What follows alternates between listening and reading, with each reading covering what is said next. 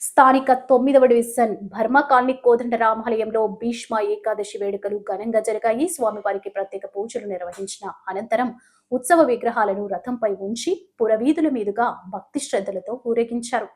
భక్తులు పెద్ద ఎత్తున తరలివచ్చి స్వామివారిని దర్శించుకున్నారు. అనంతరం భక్తులకు ప్రసాద వితరణ చేశారు. ఆలయ కమిటీ సభ్యులు భక్తులకు ఎటువంటి ఇబ్బంది కలగకుండా ఏర్పాట్లు చేశారు.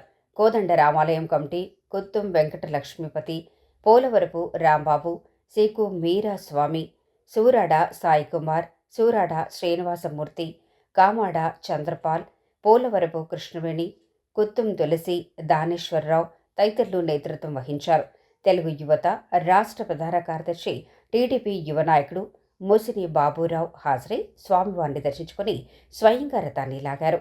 చాగల్లుకి చెందిన నిమ్మగడ్డ వెంకట శివరామకృష్ణ బృందం సభ్యులు ప్రదర్శించిన కోలాటం విశేషంగా ఆకట్టుకుంది.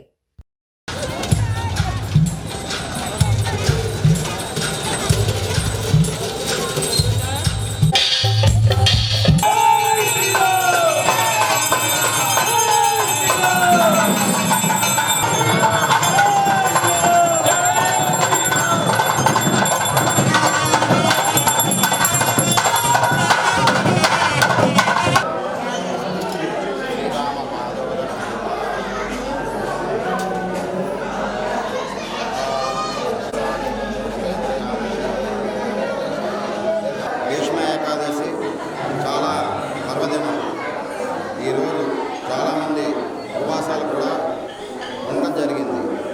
అయినా సరే ఈరోజు మన రాముల వారిని మనం రథంలో ఊరేగించుకోవాలనే తపన తాపత్రయంతో అందరూ కూడా నడుం కట్టి ఇది మన సొంత పని అనే ఉద్దేశంతో చక్కగా అందరూ కూడా మనస్ఫూర్తిగా రథాన్ని లాగి చక్కటి పుణ్యఫలాన్ని సంపాదించుకున్నారు.